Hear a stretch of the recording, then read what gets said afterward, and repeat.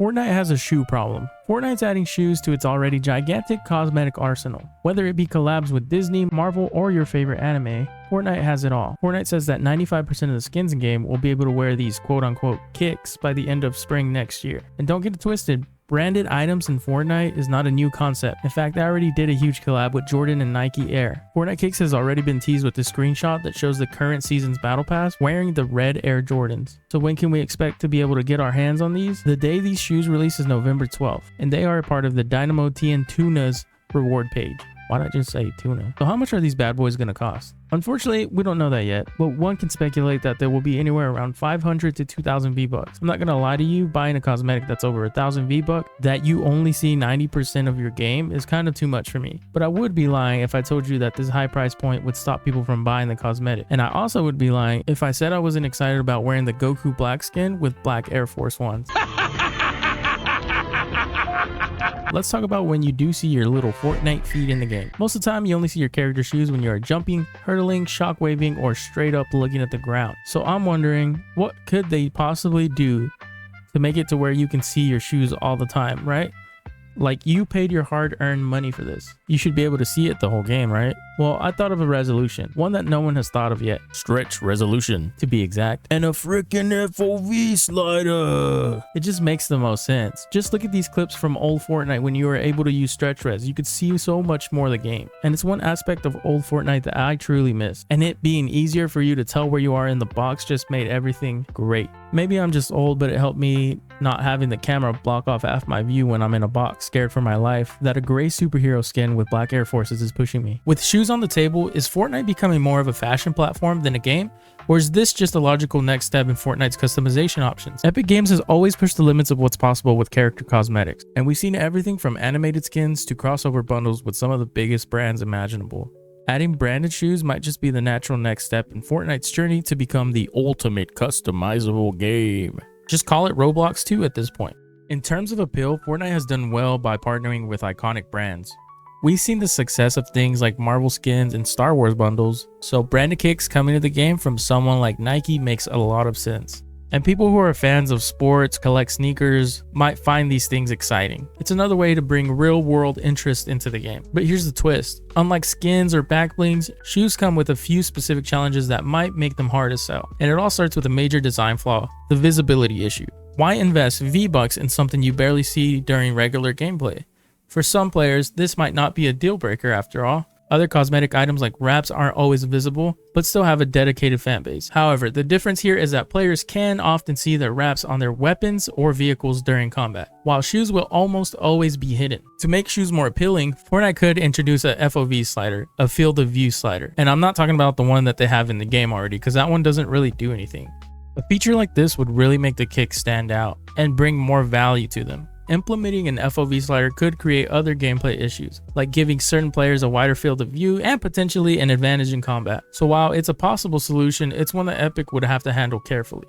Let's talk about cost. If these shoes are anything like other branded items in Fortnite, they'll probably come with a premium price tag. Imagine paying anywhere from 1,200 to 2,000 V-Bucks or more. For comparison, popular skins usually cost around 1,500 V-Bucks, while bundles with skins, pickaxes, and backblings go as high as 2,800 V-Bucks. But are shoes really worth that kind of investment? The high price could make players think twice, especially if they're only purchasing one piece of a character's outfit. Since skins and backblings are very visible in the game, you get a sense of value when you buy them.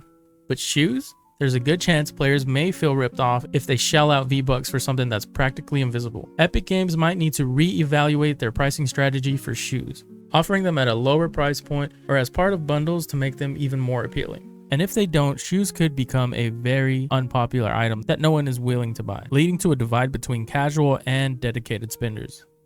And if players start seeing shoes as overpriced, it could lead to backlash or worse, a decline in engagement with Fortnite's cosmetic offerings. One of the biggest strengths and weaknesses of Fortnite's approach to cosmetics is variety. Today you could customize nearly every part of your character, from skins, backblings to pickaxes, gliders, and weapon wraps. On top of that, Fortnite recently introduced more versatile cosmetic like guitars that can be used as backblings and pickaxes as soon as the update comes out. A move that shows that Epic Games is exploring new ways to make items more valuable. However, with shoes joining the lineup, Fortnite risks reaching a point of cosmetic overload. When every part of your character becomes customizable, the pressure to buy each piece to complete the ultimate look can lead to FOMO, fear of missing out, for people that don't know. For some, this might be a fun way to personalize their characters, but for others, it could feel like Fortnite is turning into a never-ending shopping experience. But if shoes are successful, it could open the door to more specific items. Things like watches, belts, or even branded hairstyles, each sold separately. Imagine if Ninja had a low tape buffet. And after you're done imagining that, imagine a Fortnite where every detail of your character can be bought piece by piece. This might offer players incredible flexibility to create their ideal character, but on the other, it could turn Fortnite into an endless catalog of microtransactions where players feel pressure to buy multiple items and create a complete look. Epic Games would need to be careful about not making the game feel like a pay-to-style experience, where only those who can afford multiple items stand out. Also, I'm very excited for the day that we see Queso playing Fortnite because he wants to play Dress to Impress, but on Fortnite. The only other problem I see with this is what's going to happen when you have these skins that are the same person, like the Ramirez skin, Jonesy skins, but you can change all their clothes. Like, what's going to happen to all those skins? Like, do you just change the clothes on a certain one? Do they all mix in with each other? Are they going to have options like the Maya skin was supposed to, where it had like thousands and thousands and thousands of possibilities? I don't know what they're going to do about that, but it's going to be interesting to see. Despite the concerns, there is silver lining to Fortnite's approach in cosmetics. Cross-mode usability not only enhances the value of cosmetics, but also provides a roadmap for the future updates. By making items like shoes more functional across modes, Fortnite could strike a balance between aesthetics and practicality, giving players more of a bang for their V-Bucks. To maintain player interest, Fortnite could explore ways to make cosmetics more meaningful instead of constantly adding new items. They could focus on enhancing existing ones, offering customization options within the items players already own. For example, allowing players to personalize the color of their Nike kicks, or add unique decals that would give them a sense of ownership and value without overwhelming them with constant new purchases. Maintaining the balance between fresh content and avoiding cosmetic fatigue will be essential if Fortnite wants to keep the player base engaged long term. Personally, I do think that Epic Games will find a way to bring value to these shoes and find ways for you to be able to see your shoes even more. I can only imagine how crazy fashion shows are going to go,